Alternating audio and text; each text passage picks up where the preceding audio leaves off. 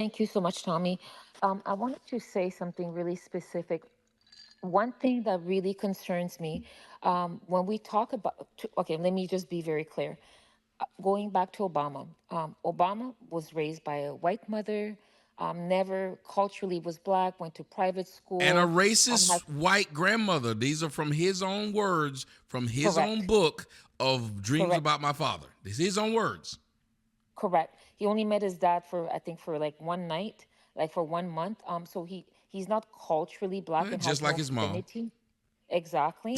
And Kamala, His mom only met his dad for one night. yeah, yeah. And Kamala's the same thing. Like I'm born in Montreal, so she's from the same city that I'm from, and she grew up in a really, really guys super rich area. Trudeau lived there as well, and she went to Westmount. In Westmount, the Maronis, the Trudeaus. I'm talking like the rich of the rich. She never had a black experience. Her Mm-hmm. mom is Indian. Just to put like a caveat to this, for example, me, I grew up in Montreal in the countryside with white people until I was 12 years old. So I never really had also the black experience. Me, Obama, and Kamala were equal. If we pretend to be black, it is a mask. We're just playing a game. We're just Whoa, whoa, going whoa, whoa, along. whoa, whoa, whoa. Wait a minute. She said she went to a black church in Canada. She grew up in a black church. Where's this church? No, no, there's no such a thing, especially in Montreal. That's a lie. There's no such a thing. It's French. And in Montreal, by the way, everything is assimilation. So when you're in Montreal, you have to assimilate. You have to learn the French. They have what we call ranking system. If you're born there, if you're Quebecer, if you speak French, and they separate us. For example, me, I was born there. And if you had Haitians that came after, for example, like newcomers, they would put you in a class, a simulation class, to learn how to assimilate. Quebec are very, very strict on this. Assimilate. There's no such thing as black. Of course, they have some black markets, but you do have to assimilate. This is the culture. And I wanted to say something more specifically to black men. My problem with black men with low testosterone, especially liberal men, they don't understand, and I've said that to Tommy, how black women, colored women have a disdain for black men. They really do. And I'm going to say why they do. My brother, for example, he reads big, like, like extremely advanced book from Plato. He's very intellectual. He's never smoked weed in his life. But I was talking about him to you as well because I said, I was listening to Tommy, and Tommy said one thing. When it comes to black men, there's no a circle where intelligent, nerdy black guys can get together. I talked to my brother about this because he's going through the same issue. But what I want to say, I heard Sonny say something. She said, on the View, she said, we need to talk to women, we need to talk to Cubans, and we need to talk to these stupid, crazy black men. The only Mm. group that she insulted were the black men. Mm. When Obama was talking, he goes, "Oh, I don't know what's going on. The enthusiasm, whatever. I need to get Michelle to come." There is a disdain, a contempt, and this is my issue, because black men, they're very faithful, very fooled easily. This woman is not a black woman. She's married to a white guy, has no love, nothing for none of you guys. But what I want to get to, black women in the States, especially FBA's Tommy, they are addicted to the liberal Democratic Party, most of them. Per clip, 93, 97%, they vote Democratic. So Yes. the Democrats don't have to work on them. But black men, especially the ones with testosterones who work out, don't drink tap water, they read their books, they don't smoke weed, they're moving away from that party because normally when men move away, women follow. And this is the issue that they're having Mm-hmm. with black men right now because these guys that are working out, not drinking tap water, they're like, okay, I don't smoke weed. Like these policies do not benefit me. And I want to add something to Tommy. People are going to judge me on this one, but this is a big deal. If, for example, Kamala, which she's not going to win, and I've said that, there's no way, there's no pathway to winning.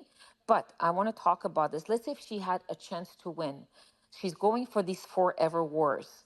When we talk about conscription, we're talking about men from age 19 to 35 that could be conscripted. A lot of men are not voting, and a lot of men, the black men that are voting for that Democratic Party, that will conscript them, that will send them away. While us women, black, white, whatever, we have the same rights. We can vote, but we don't have the same obligation. So I've Mm. always said that, right? I've always said that, Tommy, if you're gonna vote, then you, women, men, it doesn't matter. Everybody goes to war. Conscription for everyone. Because how does it make sense that we make a decision on people, and we have no consequences to it? So that's a big deal. So this is my take on for. I'm very, very sad for black men, the way they're seen, the way they're portrayed, the way that they're being disrespected, and their hatred for them. And I've said that to you, Tommy.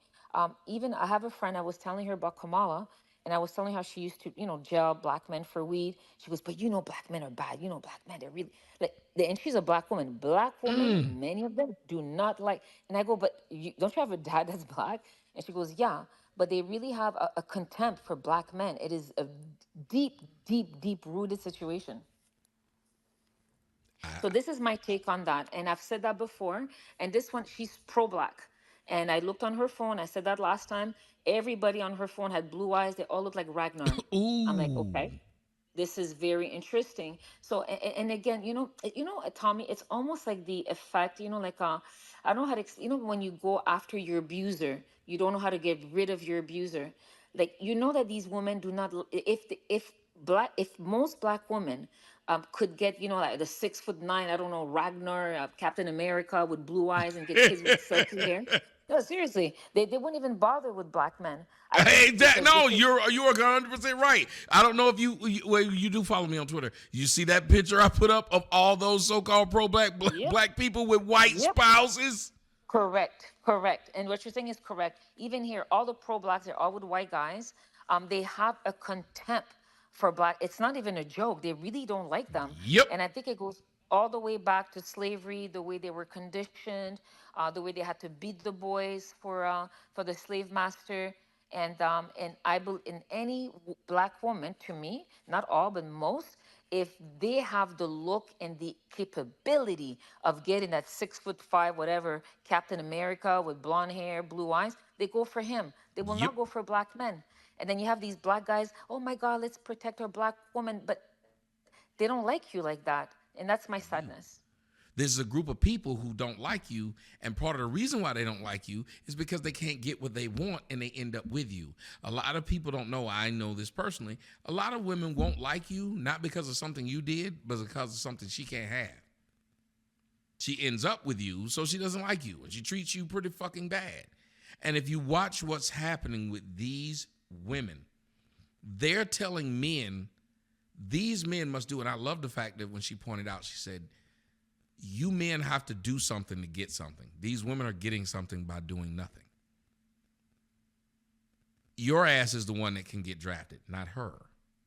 Your ass is the one that's expected to run in burning buildings, not her. Your ass is the one's expected to be in the front line of wars, not her.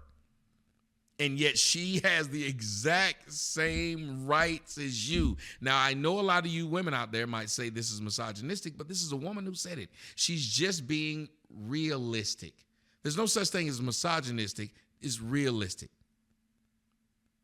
And I don't understand. That's why I said at the beginning of the show that a lot of the people who are doing the things that you want them to do are misogynists, but they're also logical. And logic should rule the day. I am the fulcrum that helped black men get to this point. When you see all these black men who are now saying, let me question this shit, you got to remember, when I started, what was I telling black men? You got to question this shit. Everybody who claims they hate me, look at what they're doing now. There's a movement and a real movement, and it came from people afraid to have that movement. Go ahead.